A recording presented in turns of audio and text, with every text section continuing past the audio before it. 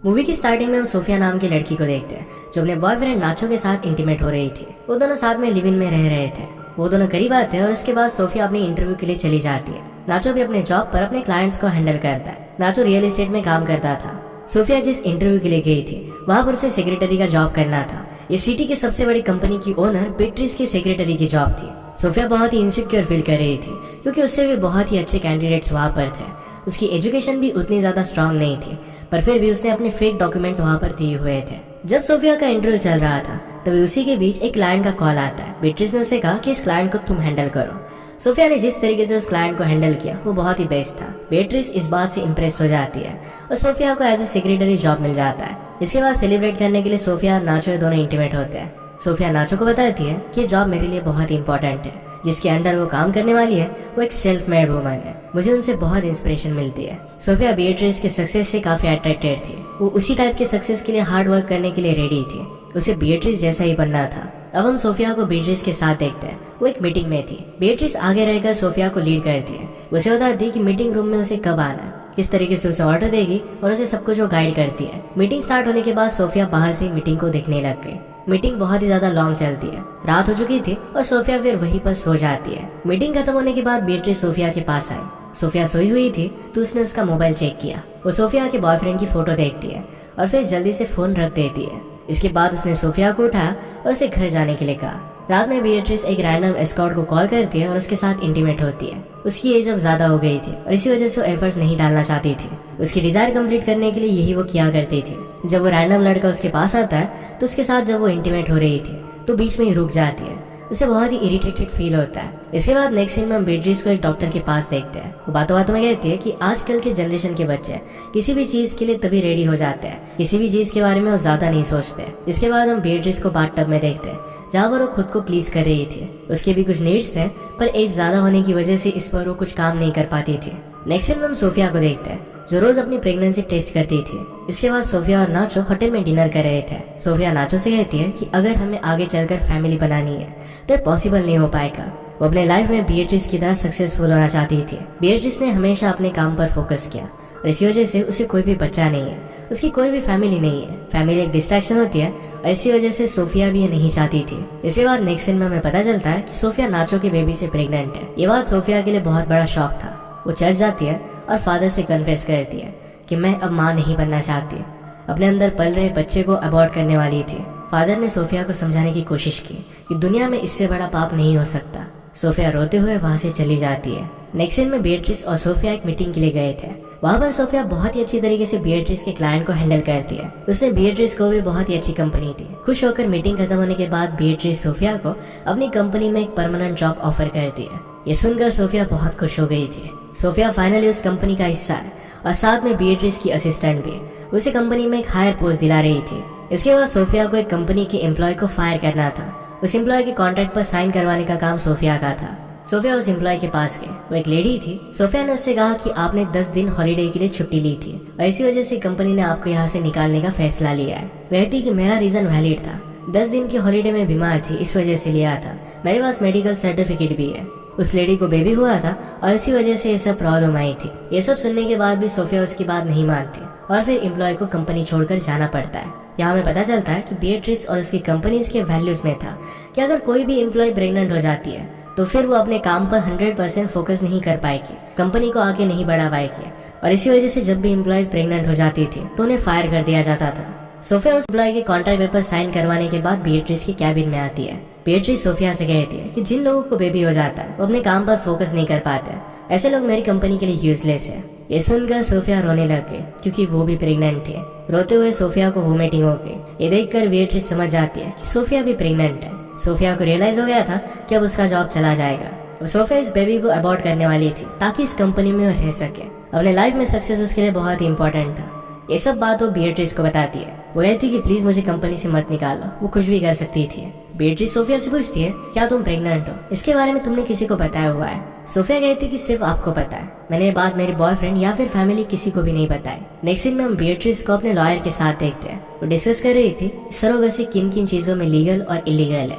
उसका फ्रेंड ये पूछने का उसका रीजन पूछता है। बेट्रिस कहती है कि मैं माँ बनना चाहती हूँ पर मुझे शादी नहीं करनी। मेरी कंपनी में सोफिया नाम की एक एम्प्लॉई है, मेरी असिस्टेंट है और वो प्रेग्नेंट है। अपने जॉब छूट जाने के डर से वो बेबी को अबॉर्ट करवाना चाहती थी। अब उसी बेबी को मैं अडॉप्ट करना चाहती हूँ। बीएट्रिस के फ्रेंड्स उसे कॉन्ग्रेचुलेट करते हैं, उसे हेल्प करने का वादा करते हैं। बीएट्रिस भी सोफिया से बात करती है, कहती है कि मैं तुम्हारी बेबी को अडॉप्ट करना चाहती हूँ, इससे तुम्हें भी फायदा होगा और मैं भी माँ बन सकूंगी। सोफिया इस बारे में सोचने लग गई, पर इनिशियली उसे आइडिया सही नहीं लगता। उसे डर था कि उसे बाद में जॉब से निकाल दिया जाएगा। ऑलरेडी उसने ज्वाइन करने के वक्त अपने डॉक्यूमेंट्स फेक दिए थे। ये क्राइम था और इस वजह से उसे जेल में भी डाला जा सकता था।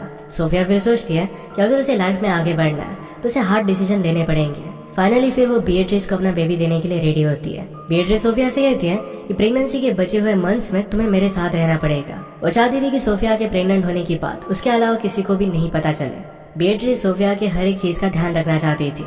वो चाहती थी कि सोफिया को प्रेगनेंसी के वक्त सभी चीजें मिले, उसकी अच्छे से केयर हो। इसके लिए अब सोफिया को अपने बॉयफ्रेंड को छोड़कर जहाँ पर भी बीएट्रिस कहेगी वहाँ पर 6 मंथ्स के लिए जाकर रहना पड़ेगा। सोफिया इस बात के लिए मान जाती है और सरोगेट मदर के एग्रीमेंट पर साइन करती है।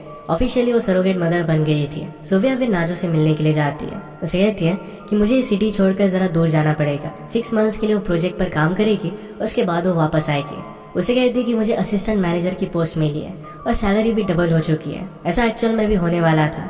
सोफिया को सरोगेट मदर बनने के लिए बहुत सारे पैसे मिलने वाले थे।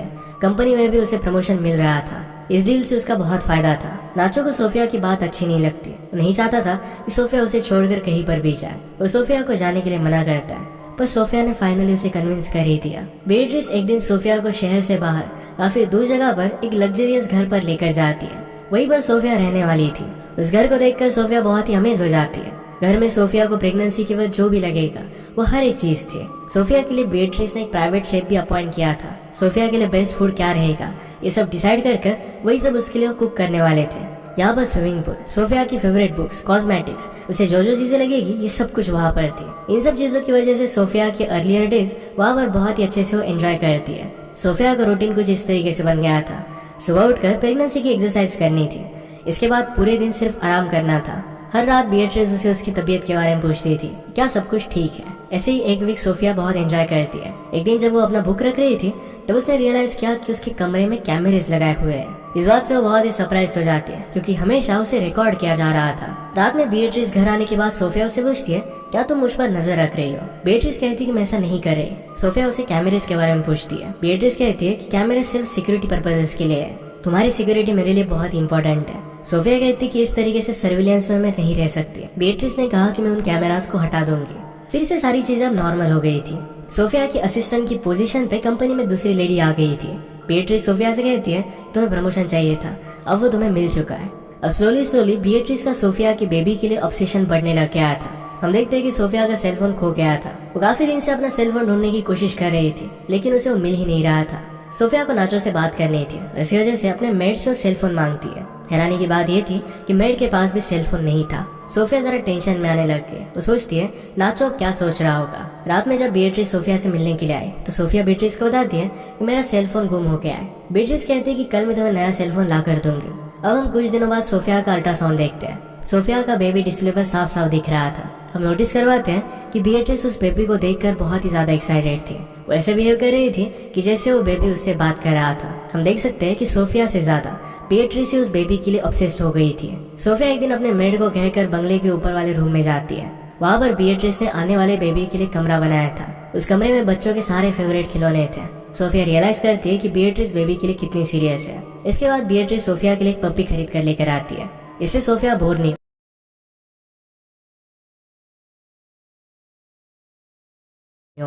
एक दिन सडनली सोफिया रियलाइज करती है कि कुछ दिनों से मेड घर पर नहीं आई।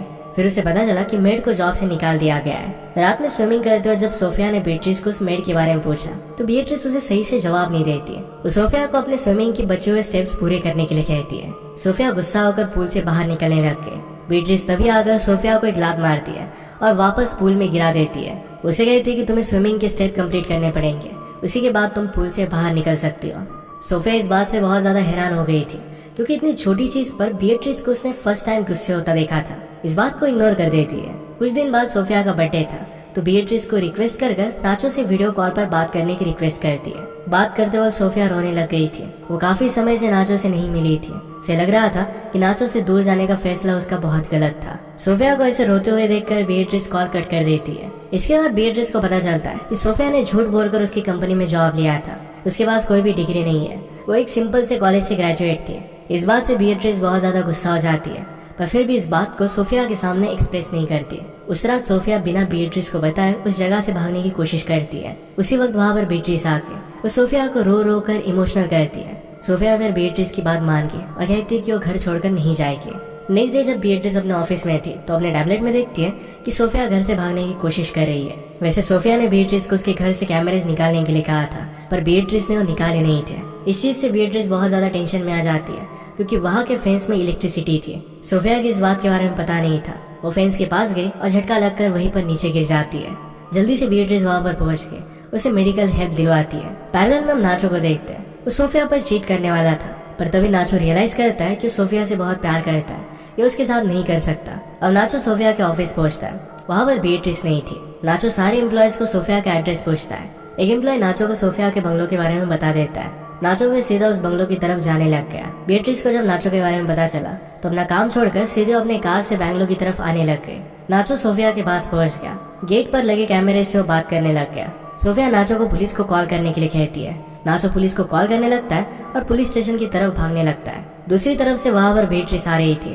वो नाचो की गाड़ी को डायरेक्टली क्रैश कर देती है। उसी मोमेंट पर नाचो की डेथ हो गई। अगर नाचो पुलिस के पास पहुंच जाता तो बीएट्रिस को अपना बेबी नहीं मिलता, और ये कभी नहीं चाहती थी। बीएट्रिस जब रियलाइज करती कि उसने मर्डर किया है तो खुद रोने लग गई। बीएट्रिस रात को घर पहुंची और उसने ऐसा बिहेव किया कि कुछ भी हुआ नहीं है। सोफिया भी इस तरीके से प्रिटेंड करती कि आज नाचो यहाँ पर आया ही नहीं था। बीएट्रिस को उसके डॉक्टर फ्रेंड का कॉल आता है और उसे बताती है कि अल्ट्रासाउंड के लिए सोफिया को क्लिनिक आना पड़ेगा। सोफिया इस बात के लिए हाँ कह देती है। वो दोनों जब डिनर कर रहे थे तो सोफिया कुछ बहाना कर किचन में जाती है। वहाँ से एक वुडन पीस को लेकर पीछे से बीएट्रिस पर हमला कर देती है। बीएट्रिस वहीं पर नीचे गिर गई। जब बीएट्रिस अनकॉन्शियस थी तो सोफिया ने बीएट्रिस को पूरी तरीके से एक पिलर से बांध दिया। सोफिया एक नोकीली चीज लेकर बीएट्रिस को बार बार चुभाने लगती है। उसे टॉर्चर करते हुए पूछती है कि नाचो कहाँ पर है। बीएट्रिस उसे सच नहीं बताती। सोफिया फिर नहाने के लिए चली गई और बीएट्रिस को वहीं पर वो बांध कर चली गई। बीएट्रिस सोफिया से पानी मांगती है, पर सोफिया उसे पानी भी नहीं देती। नेक्स्ट डे सोफिया बीएट्रिस के पास आकर उसे पूछती है कि पैसे कहाँ पर है। उसने उसे लॉकर का पासवर्ड पूछा। सोफिया फिर इस लॉकर से पैसे निकाल लेती है। पैसे ले जाते वक्त सोफिया ने बीएट्रिस से कहा कि अगर तुम मेरे पीछे आई तो तुमने जो मुझसे कॉन्ट्रैक्ट साइन करवाया था इसके बारे में मैं सबको बता दूंगी, इससे तुम्हारी बहुत बदनामी होगी। इसके बाद सोफिया वहाँ से अपने पपी मैक्स को लेकर चली जाती है। तभी पीछे से बीएट्रिस आके वो सोफिया पर अटैक कर देती है। वो दोनों एक दूसरे से फाइट करने लग गए, पर तभी सोफिया ने एक सीजर से बीएट्रिस के पेट में स्टैब कर दिया। बीएट्रिस की वहीं पर डेथ हो गई।